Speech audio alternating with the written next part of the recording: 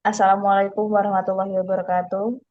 Perkenalkan kami dari kelompok 3 kelas MB4B akan mempresentasikan hasil ide bisnis kami dalam mata kuliah bisnis maritim yaitu polisi wisata edukasi maritim di Pelabuhan Kalimas Surabaya.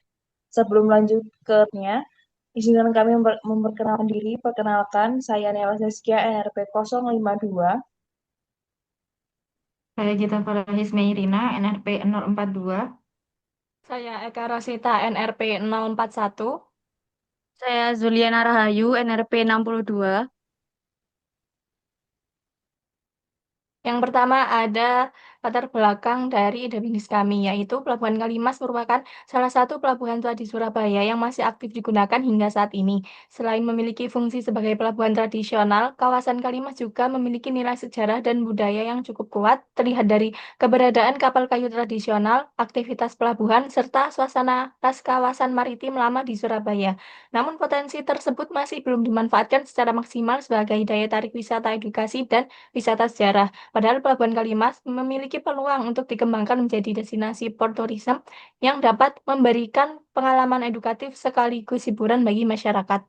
Selanjutnya ada masalah pada ide bisnis ini yaitu potensi sejarah dan budaya di Pelabuhan Kalimas masih kurang dikenal masyarakat. Kawasan pelabuhan belum dikemas secara menarik sebagai destinasi wisata. Aktivitas dan suasana khas pelabuhan tradisional belum dimanfaatkan sebagai nilai ekonomi tambahan dan minimnya wisata edukasi maritim yang memperkenalkan dunia pelabuhan dan kapal tradisional. Selanjutnya ada tujuan usaha kami yaitu mengembangkan potensi wisata maritim berbasis edukasi dan sejarah di Pelabuhan Kalimas, memperkenalkan budaya dan aktivitas pelabuhan tradisional kepada masyarakat, menciptakan pengalaman wisata yang unik melalui tur pelabuhan, kapal tradisional, dan suasana kawasan maritim lama, dan menambah nilai ekonomi kawasan pelabuhan melalui sektor pariwisata kreatif. Next. Selanjutnya ada ide bisnis. Ide bisnis yang dikembangkan adalah potourism berupa wisata edukasi maritim di kawasan Pelabuhan Kalimas Surabaya. Konsep ini menggabungkan kegiatan wisata, edukasi, sejarah maritim, dan pengalaman langsung melihat aktivitas pelabuhan dalam satu destinasi. Pengunjung tidak hanya menikmati wisata susur sungai atau pelabuhan, tetapi juga memperoleh pengetahuan mengenai sejarah Pelabuhan Kalimas, aktivitas logistik, perdagangan laut, serta peran pelabuhan dalam perkembangan Surabaya. Mengapa kami memilih ide ini? Karena Pelabuhan Kalimas memiliki potensi sejarah dan wisata yang besar, namun pemanfaatannya sebagai wisata edukasi maritim masih belum optimal. Dengan adanya pengembangan port tourism, kawasan pelabuhan dapat menjadi destinasi wisata yang lebih menarik, edukatif, dan mampu meningkatkan perekonomian masyarakat sekitar. Produk yang kami tawarkan atau jasa yang kami tawarkan yaitu paket wisata edukasi maritim, yaitu tur keliling pelabuhan yang dipandu oleh tour guide berpengalaman untuk mengenal sejarah Kalimas, melihat kapal pinisi, serta memahami aktivitas logistik. Lalu ada wisata kapal atau mini cruise. Pengunjung dapat menikmati wisata kapal di kawasan Kalimas melalui jalur aman dan didampingi pemandu sambil melihat aktivitas pelabuhan dan edukasi maritim secara langsung. Selanjutnya ada Maritime Experience Zone, yaitu mini museum maritim, simulator aktivitas pelabuhan, serta area edukasi interaktif. Selanjutnya ada Maritime Story Space, yaitu menyediakan area aman di tepi pelabuhan yang dilengkapi dengan papan informasi infografis interaktif dan spot foto estetis berlatar belakang jajaran kapal pinisi. Selanjutnya ada area UKM dan kuliner pesisir, yaitu menyediakan berbagai olahan seafood, makanan khas Surabaya, dan produk UMKM lokal bagi pengunjung. Analisis kompetitornya, di sini ada beberapa kompetitor yaitu ada Surabaya North Quay, Museum Kapal Selam, dan Port Tourism Kalimas yaitu ide kami sendiri. Fokus utamanya kalau Surabaya North Quay itu lifestyle modern dan pemandangan kapal pesiar, sedangkan Museum Kapal Selam itu edukasi sejarah militer maritim, sedangkan ide kami sendiri yaitu edukasi sejarah budaya dan logistik tradisional Pinisi. Kelebihannya dari Surabaya North Quay itu tempat modern, nyaman karena ber-AC dan food court kekinian. Sedangkan Museum Kapal Selam itu lokasi strategis di tengah kota dan tiket murah. Sedangkan kelebihan dari ide kami sendiri, pengalaman langsung atau live experience aktivitas pelabuhan rakyat.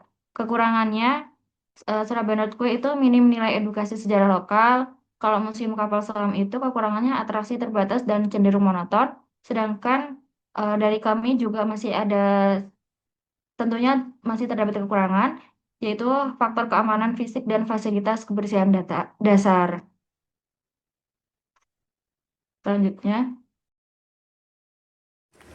Selanjutnya adalah keunggulan port tourism. Yang pertama adalah pengalaman otentik yang dimana menawarkan sensasi naik kapal kayu tradisional langsung di dermaga aktif, bukan replika museum semata.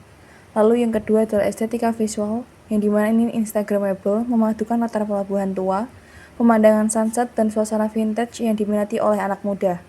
Lalu yang ketiga adalah edukasi interaktif, yang dimana mengemas sejarah maritim menjadi tur lapangan yang seru dan tidak membosankan bagi siswa.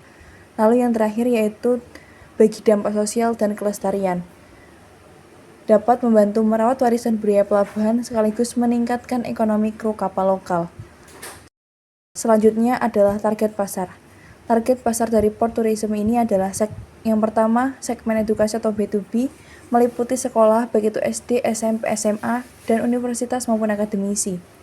Lalu yang kedua adalah generasi muda dan wisatawan umum, yang dimana itu B2C, meliputi Gen Z, milenial, pecinta fotografi, dan turis lokal maupun luar kota. Lalu yang ketiga adalah komunitas kreatif dan hobi, yang dimana ini komunitas fotografi seperti kamera analog, lalu komunitas sketsa seperti urban sketchers, dan komunitas sejarah.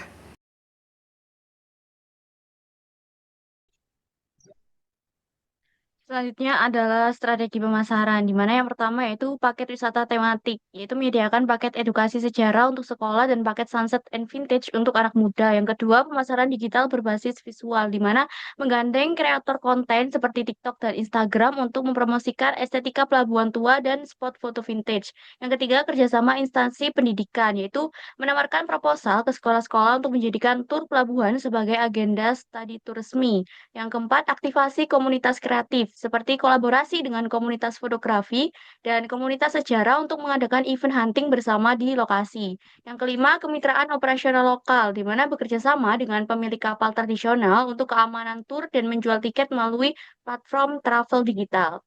Next. Selanjutnya yaitu operasional bisnis. Yang pertama melakukan SOP pelaksanaan tur, mengatur alur harian mulai dari persiapan posko, registrasi turis, pembagian safety kit, hingga pemanduan rute tur. Yang kedua, manajemen SDM, di mana melatih dan menjadwalkan tour guide, safety officer, dan fotografer lokal. Yang ketiga, manajemen logistik dan vendor, di mana mengelola inventaris alat keselamatan, serta merawat properti foto vintage yang disewakan ke pengunjung. Yang keempat, koordinasi otoritas pelabuhan di mana mengurus perizinan harian dan memantau jadwal bongkar muat kapal dengan Syah Bandar atau Pelindo. Yang kelima yaitu sistem reservasi dan kasir, di mana mengelola pencatatan slot kuota tur harian, sistem pembayaran non tunai, dan rekapitulasi pendapatan tiket. Next. Oke, di penutup usaha ini, Port Tourism hadir sebagai solusi kreatif untuk menghidupkan kembali pesona Pelabuhan Kalimas yang kaya akan nilai sejarah dan budaya. Dengan mengemas keunikan kapal tradisional, keindahan sunset, dan estetika vintage ke dalam paket wisata edukatif serta interaktif, bisnis ini tidak hanya membuka peluang ekonomi baru bagi masyarakat, tetapi juga menjaga warisan maritim agar tetap lestari dan relevan di mata generasi muda. Selanjutnya, ini adalah BMC dari ide bisnis kami. Yang pertama ada customer segment. Pertama, edukasi B2B melalui sekolah dan universitas yang membutuhkan agenda studi tour. Lalu yang kedua ada anak muda dan wisatawan B2C. Yaitu ada Gen Z, milenial, dan turis yang mencari spot estetik atau sunset. Kemudian yang terakhir ada komunitas hobi, yaitu pecinta fotografi, analog, komunitas sketsa, dan kolektor sejarah. Selanjutnya ada customer relationship. Pertama, pelayanan ramah dan informatif dari tour guide. Yang kedua, sistem booking yang cepat dan responsif lewat WhatsApp atau website. Yang ketiga, konten edukatif dan estetik dari yang interaktif di media sosial. Yang terakhir, paket penawaran khusus dan potongan harga untuk rombongan sekolah yaitu B2B. Untuk channels, yang pertama ada media sosial visual, menggunakan Instagram dan TikTok untuk promosi B2C. Lalu direct sales, menggunakan proposal resmi, dan kunjungan langsung ke sekolah-sekolah. Yang ketiga ada platform OTA atau online travel agent untuk turis luar kota. Yang keempat, word of mouth, mulut ke mulut, melalui ulasan pengunjung dan konten kreator. Selanjutnya akan dilanjutkan oleh teman saya. Selanjutnya ada value proposition. Yang pertama, pengalaman otentik, yaitu merasakan atmosfer pelabuhan aktif dan naik kapal tradisional asli. Yang kedua ada daya tarik visual, yaitu spot foto vintage dan pemandangan sunset atau golden hour yang sangat instagramable. Yang ketiga, edukasi interaktif, yaitu pembelajaran sejarah maritim yang seru dan tidak membosankan lewat tur lapangan. Selanjutnya ada key activities. Yang pertama, pengembangan rute dan narasi. Yang kedua, pemasaran dan penjualan. Yang ketiga, eksekusi tur. Yang keempat, ada manajemen kemitraan. Selanjutnya, key research. Yang pertama, sumber daya manusia meliputi pemandu wisata bersertifikat atau berpengalaman, fotografer, dan tim pemasaran. Yang kedua, narasi sejarah atau konten yang meliputi data sejarah pelabuhan Kalimas yang valid dan menarik. Yang ketiga, akses dan perizinan yang meliputi izin resmi dari otoritas pelabuhan seperti Pelindo atau Syah Bandar demi keamanan. Selanjutnya akan dilanjutkan dengan teman saya. Selanjutnya yaitu key partnership, di mana yang pertama otoritas pelabuhan yaitu Pelindo untuk perizinan lokasi, yang kedua pemilik dan kru kapal kayu tradisional, yang ketiga dinas pendidikan sekolah dan kampus, yang keempat komunitas kreatif, yang kelima platform travel digital seperti Traveloka dan Tiket.com.